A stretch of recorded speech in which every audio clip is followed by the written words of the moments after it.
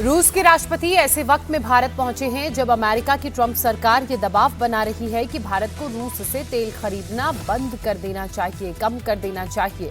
लेकिन भारत ने ये साफ कह दिया है कि भारत और रूस के रिश्ते बेहद मजबूत हैं और इसमें किसी तीसरे देश का दखल भारत को बर्दाश्त नहीं। पुतिन की इस यात्रा के दौरान कई समझौतों पर दस्तखत की उम्मीद है। सबसे पहले डिफेंस सेक्टर की बात करें तो भारत के पास अभी S-400 के 3 यूनिट्स हैं, जबकि भारत 2 और यूनिट्स खरीदने की तैयारी कर रहा है। तो कुल भारत के पास अगर ये 2 और यूनिट्स आ जाती हैं तो 5 S-400 के यूनिट्स हो जाएंगे। इसके अलावा भारत S-500 डिफेंस सिस्टम भी खरीदना चाहता है। S-500 की अगर बात की जाए तो मारक क्षमता इसकी 500 से 600 किलोमीटर तक है और ये 100 से 200 किलोमीटर की ऊंचाई पर भी टारगेट को हिट करने में सक्षम है। साथ ही ये सिस्टम लड़ाकू विमानों, ड्रोन क्रूज मिसाइल्स और यहां तक कि हाइपरसोनिक मिसाइल्स को भी इंटरसेप्ट कर सकता है। अगर ये डील होती है तो भारत की चीन के ऊपर निर्णायक बढ़त बन जाएगी। S-400 डिफेंस सिस्टम में ऑपरेशन सिंदूर के दौरान जो कमाल नजर आया उसका डंका तो पूरी दुनिया में बज चुका है और अब भारत रूस के साथ S-400 के साथ इसका एडवांस वर्जन S-500 को लेकर भी डील करने वाला है। ऐसे में आपके लिए ये जानना जरूरी है कि S-400 और S-500 दोनों ही सिस्टम्स में अंतर क्या है।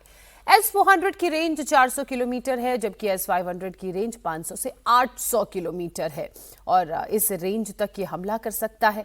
इसी तरह S-400 की जो ट्रैकिंग रेंज है वो 600 किलोमीटर का रेडियस है, जबकि S-500 की ट्रैकिंग रेंज 2000 किलोमीटर का रेडियस है। यानी कि इतनी रेंज में किसी भी मिसाइल को ये ट्रैक करने में सक्षम है, किसी भी हमले को ये इंटरसेप्ट करने में सक्षम है।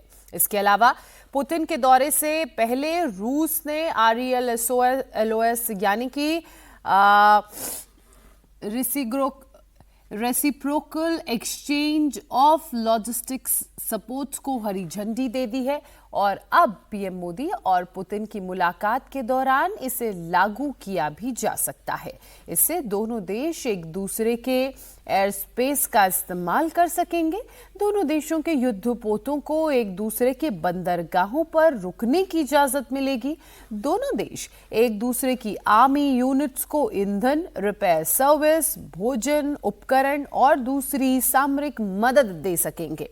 इसे पाकिस्तान या चीन के साथ तनाव की स्थिति में भारत को मिलिट्री मूवमेंट के दौरान बड़ी सुविधा मिलेगी और उसी रूप में देखा भी जा रहा है।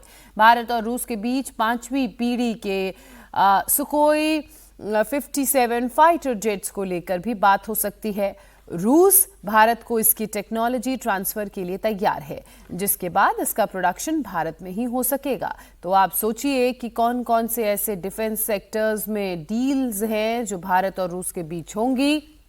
इसके अलावा भारत और रूस के बीच एनर्जी सेक्टर पर भी प्रभावी बातचीत होने की उम्मीद है। रूस से तेल की खरीद पर छूट बढ़ाने को लेकर बात संभव है, क्योंकि रूसी तेल की वजह से भारत 25% अतिरिक्त टैरिफ झेल रहा है। पुतिन के भारत दौरे से पहले रूस ने भारत के साथ न्यूक्लियर एनर्जी सेक्टर में सहयोग बढ़ाने को हरी झंडी दे दी है। रूसी एटॉमिक एनर्जी कंपनी रोसाटोम और भारतीय कंपनियों के बीच MOU साइन करने को ग्रीन सिग्नल दे दिया गया है। रूसी कंपनी रोसाटोम तमिलनाडु के कुंडनकुलम में कई न्यूक्लियर रिएक्टर्स बना रही है। अब इस सहयोग को और आगे भी बढ़ाया जाएगा, ऐसी भी संभावनाएं हैं। पुतिन के इस दौरे के दौरान भारत और रूस के बीच 10 इंटर गवर्नमेंटल डील्स पर समझौता हो सकता है। साथ ही 15 कमर्शियल डील्स पर बात पूरी हो चुकी है। इसका मकसद दोनों देशों के बीच व्यापार को बढ़ाना, नए प्रोडक्ट्स का व्यापार करना है और जो भारत और रूस के बीच भारत की तरफ से ट्रेड डेफिसिट की समस्या है उसे भी बराबर करना है।